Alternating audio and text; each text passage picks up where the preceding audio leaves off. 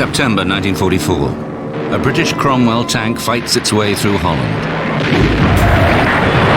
It takes a direct hit from a German shell, and only this man survives.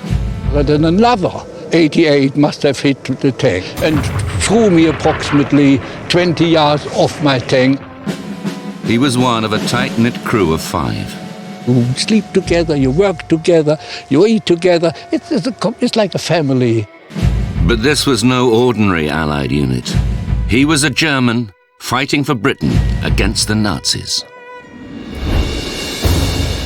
Willy Hirschfeld was one of 10,000 Germans and Austrians who fought for Britain in the Second World War. And this extraordinary band of brothers can now tell their stories in full for the first time.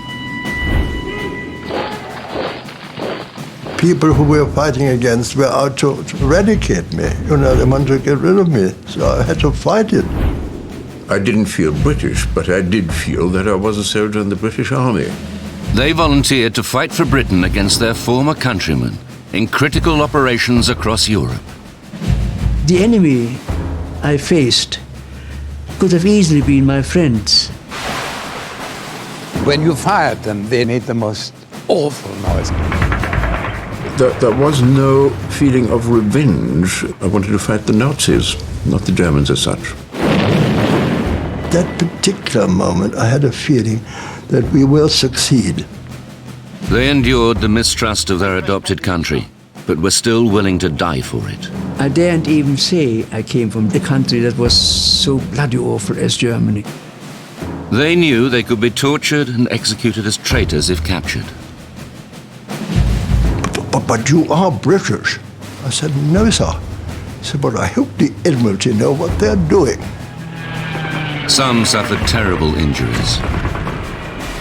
Some of my skull had been shot away and my brain apparently was visible. Others witnessed the full horror of war and never recovered. It was a sad time. It was a bloody awful time. Together, they would become Churchill's German army. They didn't like us, and we certainly didn't like them. So they had to be killed. When we into Germany, we won. We beat them.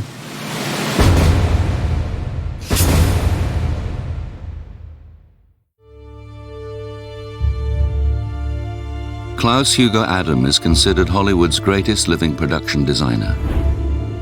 He brought the fantasy world of 007 to life. But during the war, he faced the very real threat of death as a daring fighter pilot. I felt instinctively that I was a natural pilot. Don't ask me why. So rocket Typhoon. I'd forgotten how enormous this plane was. So it was the most powerful plane, a fighter, when I joined 609 Squadron.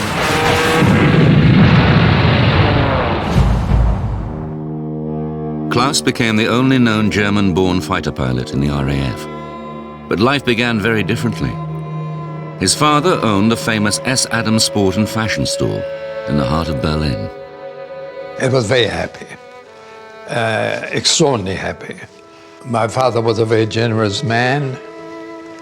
He adored his children and his wife, my mother. And he spoiled us. But Hitler's rise to power in 1933 and the subsequent boycotting of Jewish businesses quickly destroyed their idyllic life. Sales went down. But he was such an optimist that he started a new one around the corner. I mean, it was crazy, absolutely madness to do it. Seeing what the future held, Klaus's family fled Germany and settled in London. Overnight, his father went from being a rich department store owner who socialized with Berlin's elite to a penniless refugee, selling gloves from a suitcase. He would never recover from the shock. The poor man was trying to flog check gloves, you know. It really upset me And also I remember one day when we were running after a bus and we had to climb up to the top. He had a sort of minor heart attack.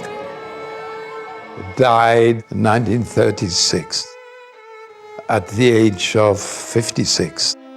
He was a destroyed man.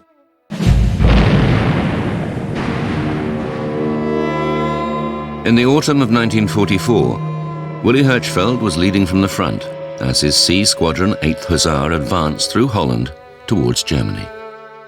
And this is the spot approximately where my tank was knocked out.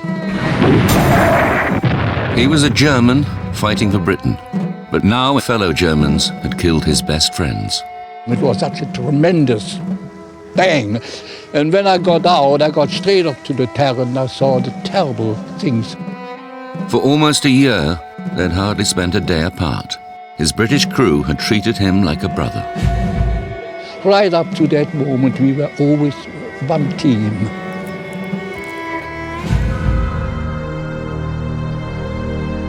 Six years earlier, Willy's carefree life in Bonn was shattered when Hitler's henchmen carried out a vicious, orchestrated attack on Germany's Jews.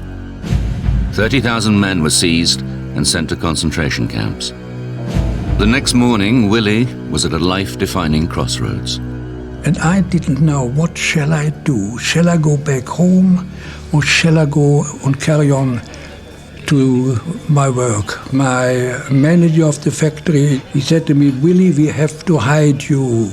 It couldn't have been a minute or two later, 2 Gestapo men arrived, big fellows, you know, leather jackets on, typical types. And I said, you're Jewish, aren't you? I said, yes. And so they arrested me and they took me away. They opened the gates of the train and there were SS men standing with rifles and kicking us and hitting us. Then I already looked at the gate. It was a concentration camp, and it was Dachau. We were undressed, completely naked. We were hosed down with ice-cold water, and we were booked in. A number was given, and my number, which I shall never forget, was 28,411. In Berlin, this proud German First World War veteran refused to remain silent and would pay with his life. Even from the beginning, my father became quite disgusted with being a German. My father and I went out for a supper of sausages and sauerkraut and a glass of beer. Somebody got up from the table and went and denounced him. He was arrested. I sat at the table with our dog, my father's walking stick, and my glass of beer. And that was the last but one time I saw my father. He was then handed over to the Gestapo, sent to the concentration camp at Dachau, and presently we were informed that he had died. Klaus Ascher finally escaped to London in February 1939. As tens of thousands of refugees poured into Britain from Nazi-occupied countries, 18-year-old Helmut Rosettenstein received call-up papers for the German army before a life-saving stroke of luck brought him to Britain. For some reason, and I don't know to this day how I got on a list of 200 selected craftsmen to come to England. The best place to go to in those days, 198 was my number, as close as that. In England, Helmut helped to build Kitchener Camp near Sandwich in Kent. It would be home to up to 5,000 German and Austrian refugees who escaped to Britain. Horst Adolf Herzberg was one of the lucky refugees who found sanctuary at Kitchener Camp. I've heard very much at home. It was absolutely delightful. I mean, the total freedom, it was a different world entirely. You came over here and people said, well, you can go to Hyde Park and there's Speaker's Corner and you can say what you like. You say, that's impossible. You can't say anything against the government, surely. Yeah, of course, you say more than ever.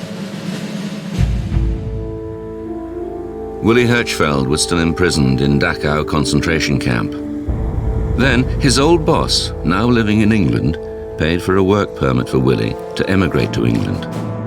At Bonn train station, he said goodbye to his entire family. The only one I saw again was my twin sister. So it was a very sad moment to say goodbye to all my family. None of them I happened to saw again.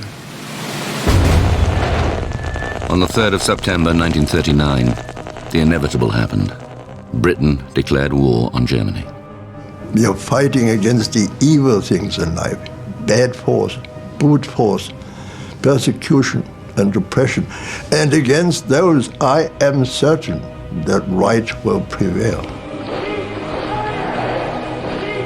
For the lucky few who had escaped Hitler's Germany, the moment they'd been waiting for had arrived. The might of the British Empire was about to hold Hitler to account, and they were determined to play their part in the coming battle. I was happy, and I thought now something can be done. When war broke out, it came almost as a relief, because we felt, that now the chips are down. The German refugees were acutely aware of the irony. The country which had provided a safe haven was now at war with the country where they were born and grew up. They were immediately classified as enemy aliens. Alien is a word, a stranger, different. Once Germany declared war, I daren't even say I came from a country that was so bloody awful as Germany. An estimated 70,000 refugees fled Germany and Austria for Britain. They had the ultimate motivation to help defeat the Nazis. The next day, I went to the Air Ministry, and the recruiting people there sort of said, "Hey, wait a minute, but I don't think we take non-British, and certainly I don't think we take German." Towards the end of 1939, when the British government realised it had so many Germans and Austrians who had enlisted in the British forces, decided that they would make use of them. 10,000 German and Austrian men and women volunteered to fight for Britain, and each swore allegiance to the King. But for now, the non-combatant Pioneer Corps was the only option open to German volunteers. The pick and shovel symbol on the cap badge showed their key contribution would be hard labour, not active service. I felt I had to do something and make an effort towards the war effort, because the people who we were fighting against were out to eradicate me. They wanted to get rid of me, so I had to fight it. You can't just sit back and say, let them get on with it, can you?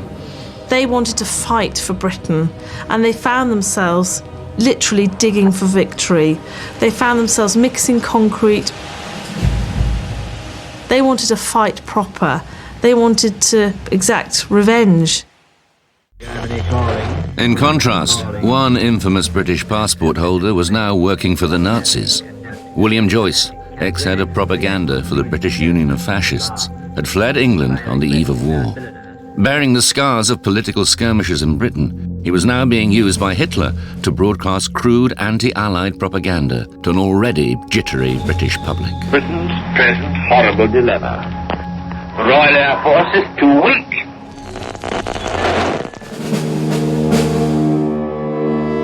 As the Nazi invasion of Britain looked increasingly likely, many feared Hitler's spies would infiltrate the German refugees. Those in the Pioneer Corps were safe. Thousands of others were arrested and interned. We went swimming one morning, about 9 o'clock, knock at the door, and it was a local police car to say that they'd come to intern me. Not everybody was interned at that time. I was perhaps unlucky. Mr. Churchill said, collar the lot, and they got me. A year after escaping Dachau, Willy Hirschfeld was locked up again. This time he was bound for Australia on the infamous troop ship Dunera.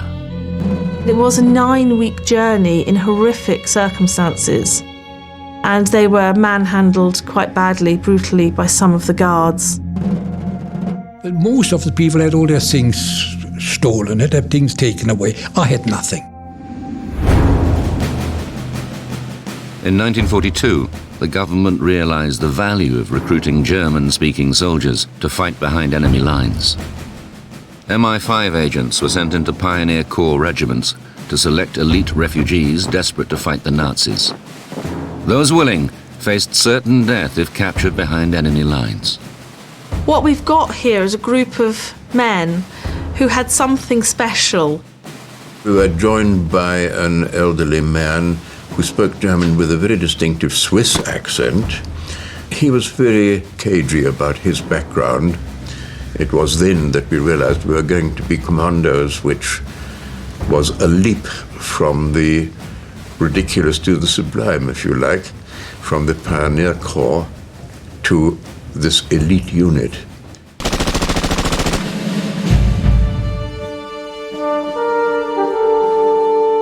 When the threat of a Nazi invasion of Britain subsided, the government began to accept more enemy aliens into the armed forces. From 1943, they transferred in large numbers from the Pioneer Corps to armed regiments. Their moment had come. They could now become Churchill's German army. After years of oppression, it was their time to fight, and they would do it on land, sea, and air. In 1944, Horst Herzberg received his call-up papers for the Royal Navy and was eventually posted to HMS Bellona, where he was trained to eavesdrop on enemy radio traffic in the English Channel. His commanding officer wasn't immediately convinced of his loyalty. It means you speak the language. Aye, sir. Where did you learn to speak the language? He said, school, sir. Which school did you go to? I said, Hindenburg Oberrealschule. But that is it's Germany, isn't it? I said, aye, sir. But you are British. I said, no, sir. I said, but I hope the Admiralty know what they're doing. The Germans fighting for Churchill would face torture and execution if their German past was revealed. So before they were sent abroad, they changed their names to very English-sounding names. Klaus Adam would become Ken Adam. Horst Pinshaver became Geoffrey Perry. Helmut Rosettenstein became Harry Rosny. Horst Herzberg became William Howard. Willy Hirschfeld became Willy Field. And Klaus Ascher became Colin Anson. Very soon, frankly, one started to feel that our new names were our real names, and we had left our old names behind. And now one really felt like a British commando and no longer as a German refugee.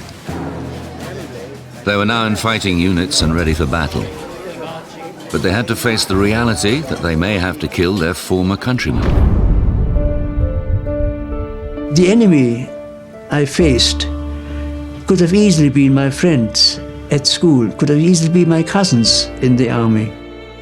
I couldn't stand by and not do something, England having saved my life. It's as simple as that. But at the same time, I'm not too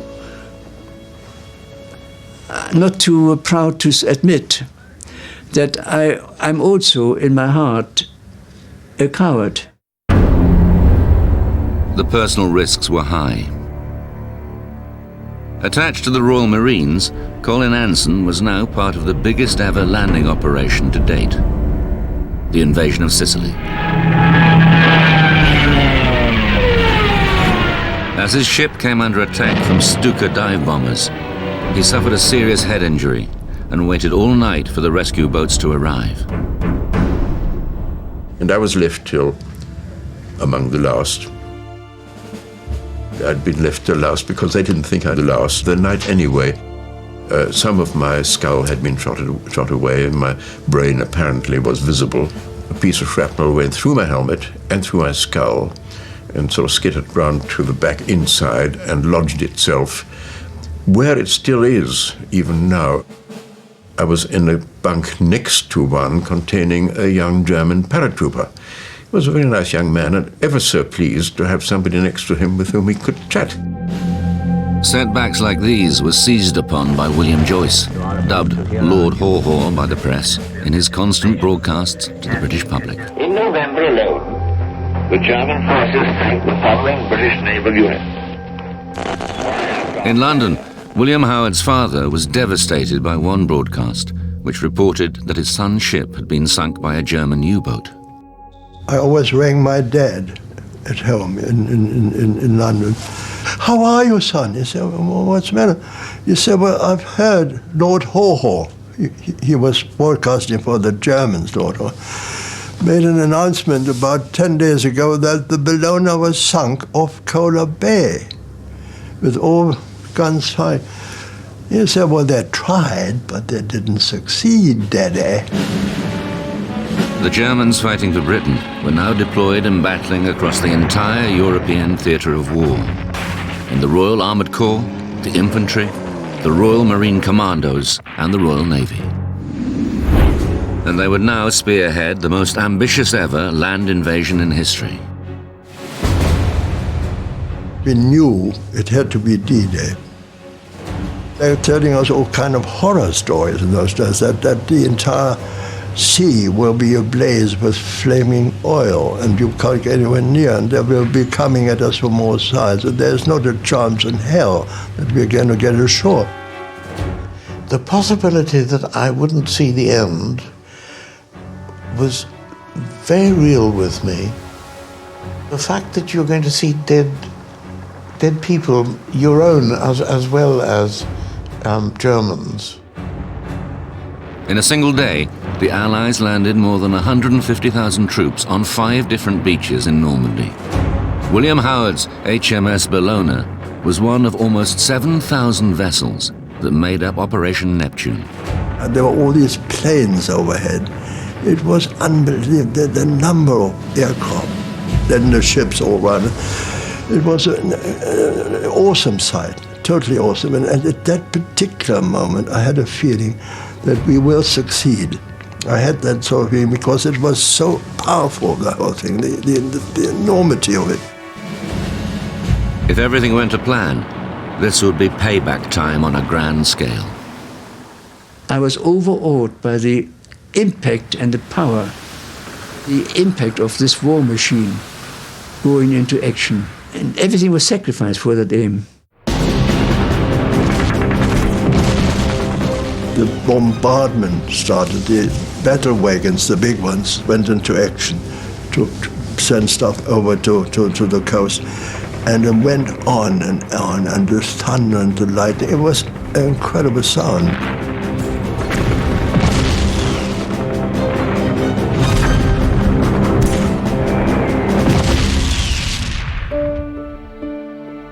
Willie Field had returned from internment in Australia and was now assigned to the Royal Armoured Corps as a tank driver with C Squadron 8th Hussars.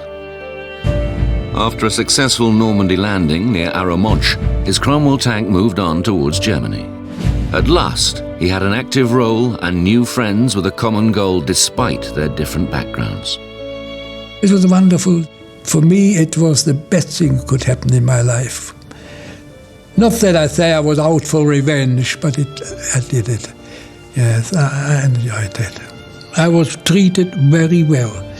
They all knew where I came from. They all knew my religion. I was one of them, and I maintained one of them, and that was a wonderful thing.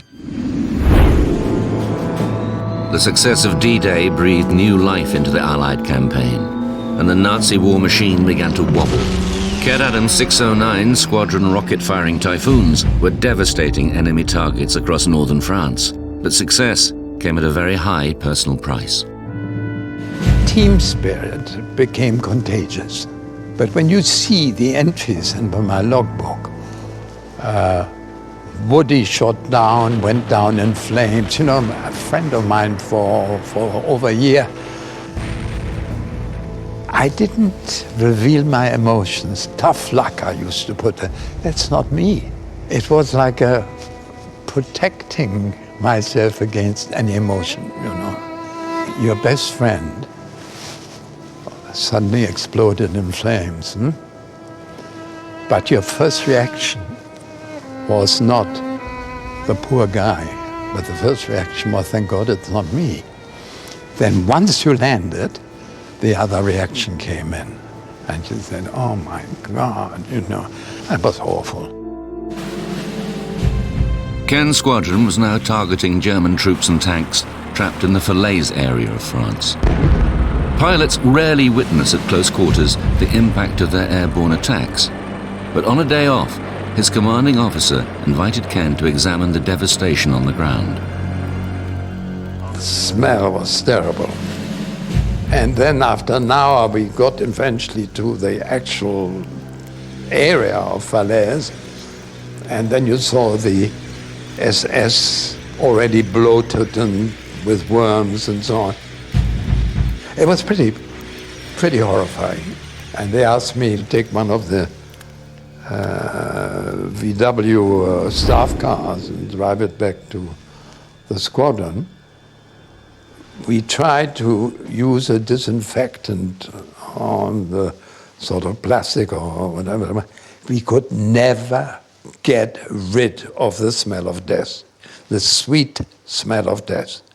Terrifying. As the British forces advanced through northern France, Harry Rossini was asked to stay on in Normandy. A signwriter by trade, his skills were now needed to mark the graves of thousands of fallen soldiers. We stood on the canvas outside Bayeux in my company, and I was called away, the first to be called away. Why? Because I had this signwriting skill, and I was needed, because the dead piled up and they had to have crosses. And there was no one there to write the crosses except yours truly, trained. So I was seconded to Graves Registration Unit, and that was my lot. I had to stay there. Not that I wanted to. I was very unhappy to do that. But they said, look, who else can do it? It was a sad time. It was a bloody awful time. It really was. Never again. Sorry.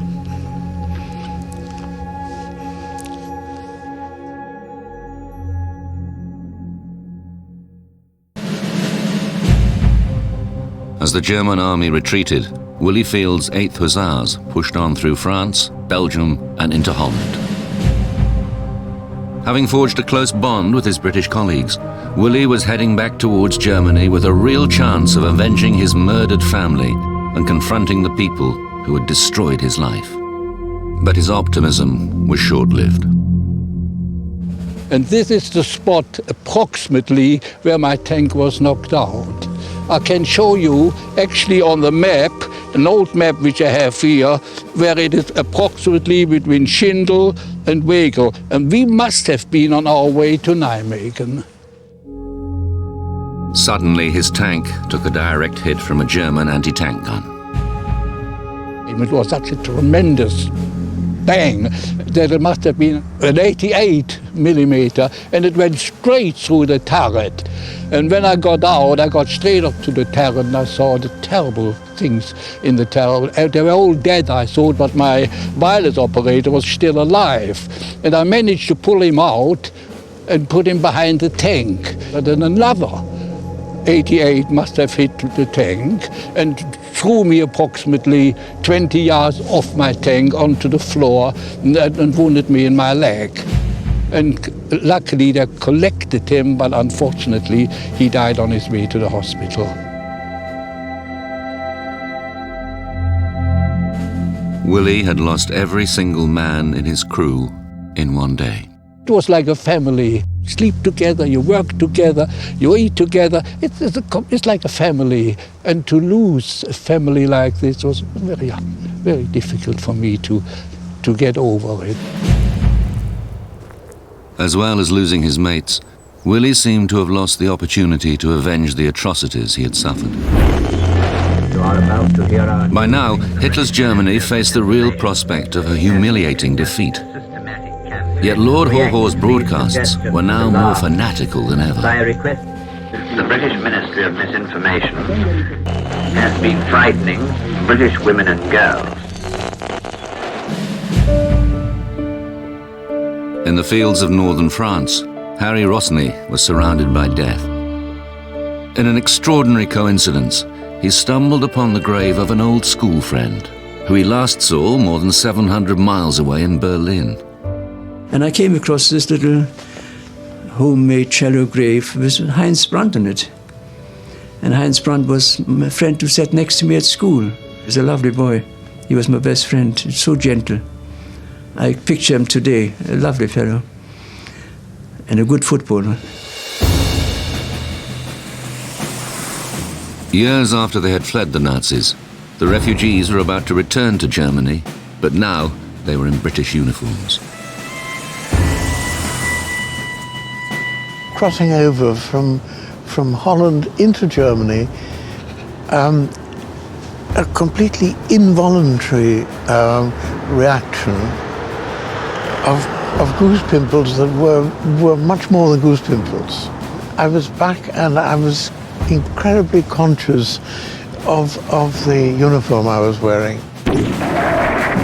Willie, still reeling from the death of his tank crew, was back with C Squadron and partnered with a high-ranking officer of the 8th Hussars. His determination to defeat Hitler's Germany was absolute. When we went into France, we liberated France. When we went into Holland, we liberated Holland. But when we into Germany, we won. We beat them. You know, we done what we wanted to do. We won the war. That's it.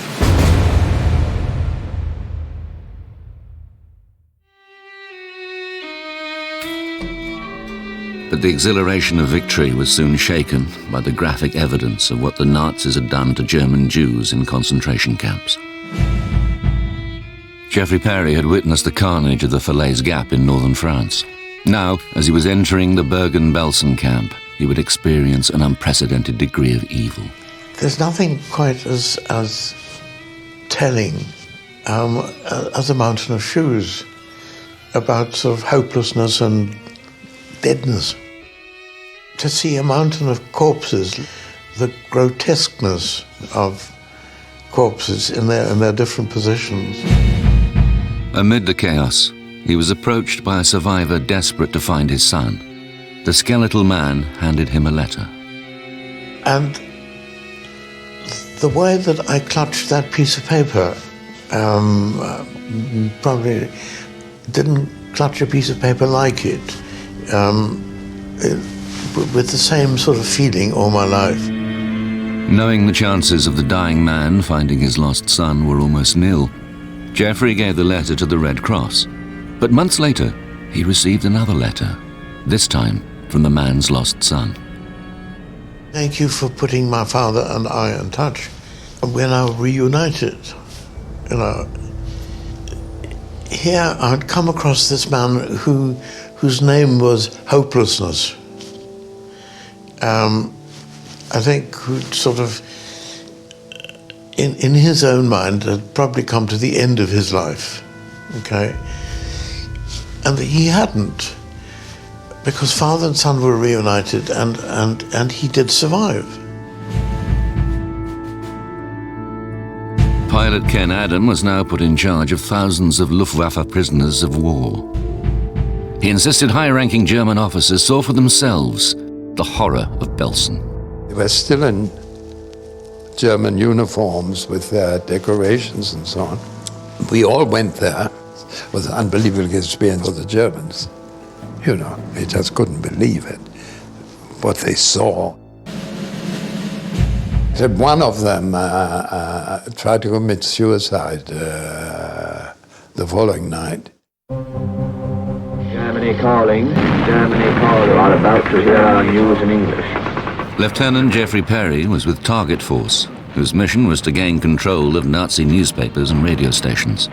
His primary objective was to take over Radio Hamburg, the suspected location of William Joyce. Lord Haw Haw had been broadcasting his propaganda from here right up until the end of the war. Now, on the run, he was Britain's most wanted, and Geoffrey was on his trail. We asked the same day that we arrived. As far as we were concerned, Joyce was very much still here. On arrival at Radio Hamburg, Geoffrey discovered Joyce had left behind a final recording in his panic to escape the Allies. This is Germany calling for the last time from Station Hamburg. If only we had to agree, the German people of Danzig should go back to the Reich, then we might have had peace. Within hours of seizing Radio Hamburg, Geoffrey took the microphone last used by Joyce just 2 days earlier and broadcast an historic announcement to Britain and Germany. After 12 years, this was the moment democracy returned to German media, and it would be delivered by a British soldier born in Berlin. This is Radio Hamburg, a station of the Allied military government. Hier spricht Hamburg. Yeah. It's a long time ago. Less than 4 weeks later, Geoffrey would finally come face to face with the most infamous traitor of the Second World War.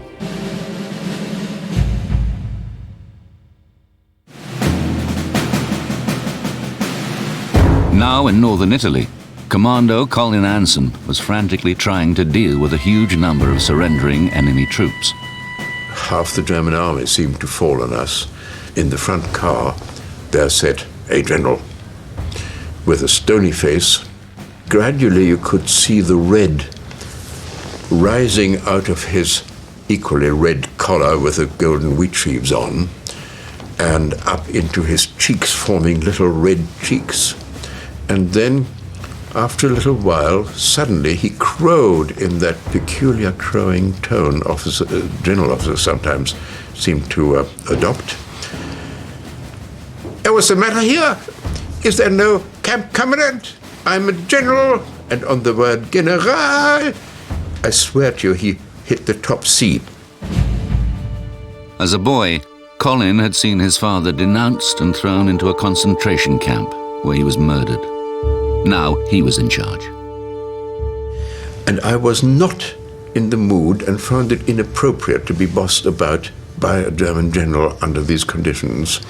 So I said, abwarten, Ihre Leute kommen zuerst dran. Wait for it, your men come first.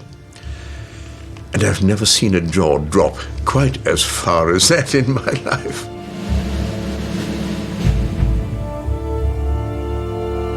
From Hamburg, Geoffrey moved to the Danish border. His new brief was to take control of a newspaper in Flensburg. He took a truck into a nearby forest to collect firewood with colleague Bertie Licorice. We just stepped out to find some firewood and loaded it into our little truck. And from some little way away came a scruffy individual.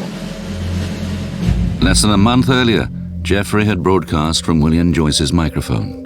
Now, more than 100 miles away, he was about to come face to face with the Allies' tormentor-in-chief.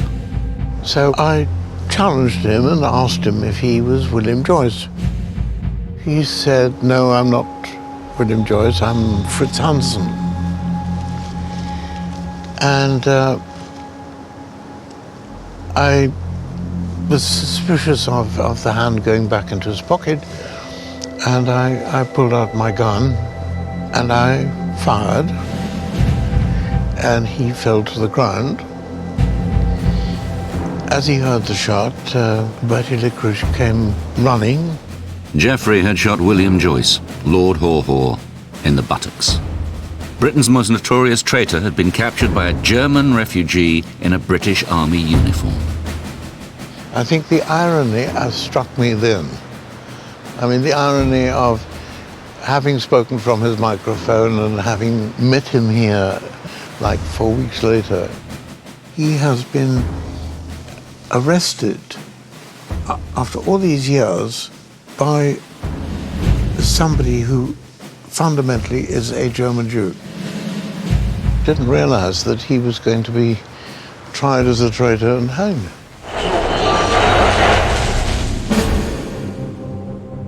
As the huge task of dismantling Nazi Germany got underway, Britain's German recruits were now heading towards Berlin.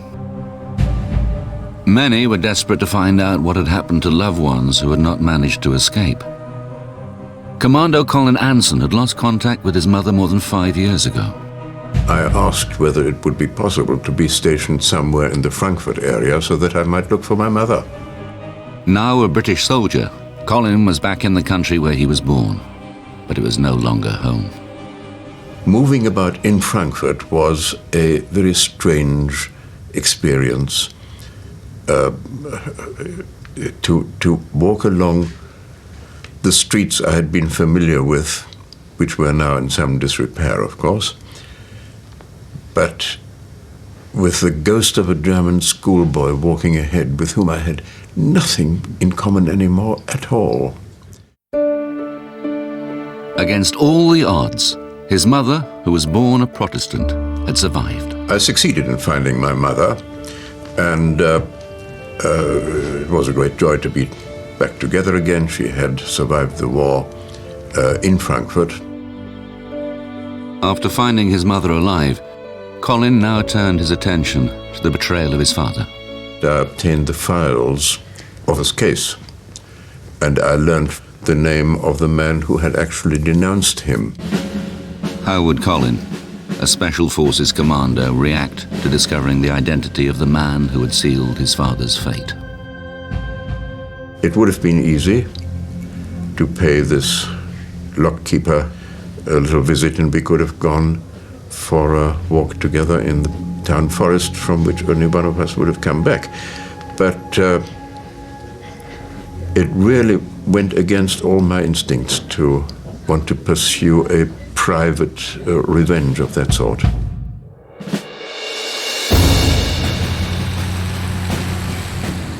Less than 7 years after experiencing the horror of Dachau, Willy Field entered Berlin.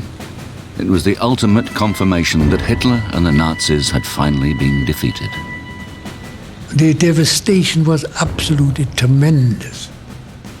It was almost 90% destroyed. It really looked absolutely, unbelievable bad. At last, Willy could celebrate victory and savor his personal role in the defeat of the Nazis.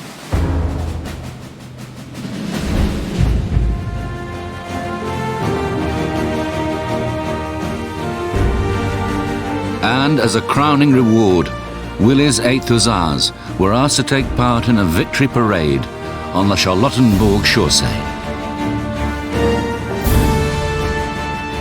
That there was I, a little refugee from Germany, taking part in the victory parade. For me, personally, I was very proud of it, yes.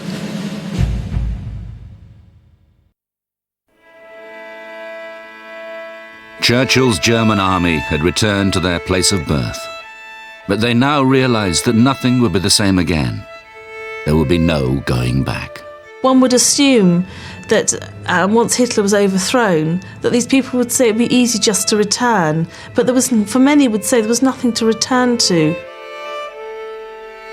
I have hardly ever been back to Germany. I don't particularly feel drawn to go back. We came to England most grateful, because that saved our life.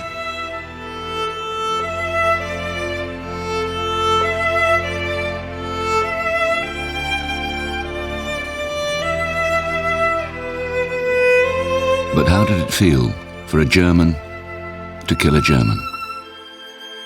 If I hadn't done it, if Germany had won the war, I wouldn't be here talking to you.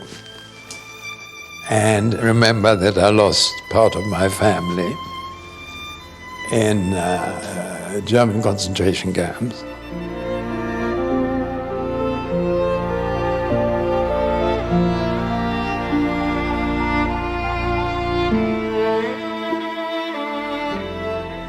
I'll be honest with you, I was never sorry. at that time, that I was never sorry. I still don't feel sorry what happened to them then. It's a dreadful thing to say now, but this is how I feel.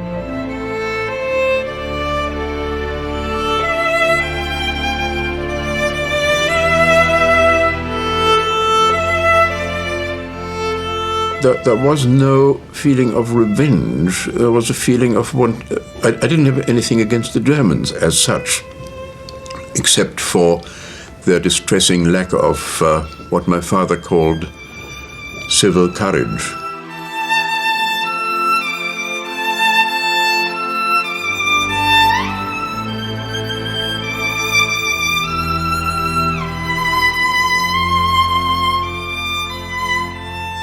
They had played a vital role in the defeat of Nazi Germany. Some would stay on, at least for a while, and help rebuild the country that was once home. I didn't have a sense of hate. There was a sense of, well, gratitude, I think, to start with, that I didn't lose a member of the family.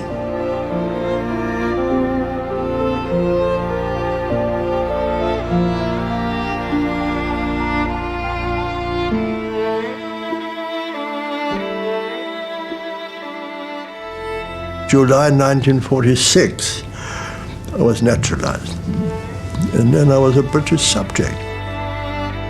Worked out perfectly nicely in the end.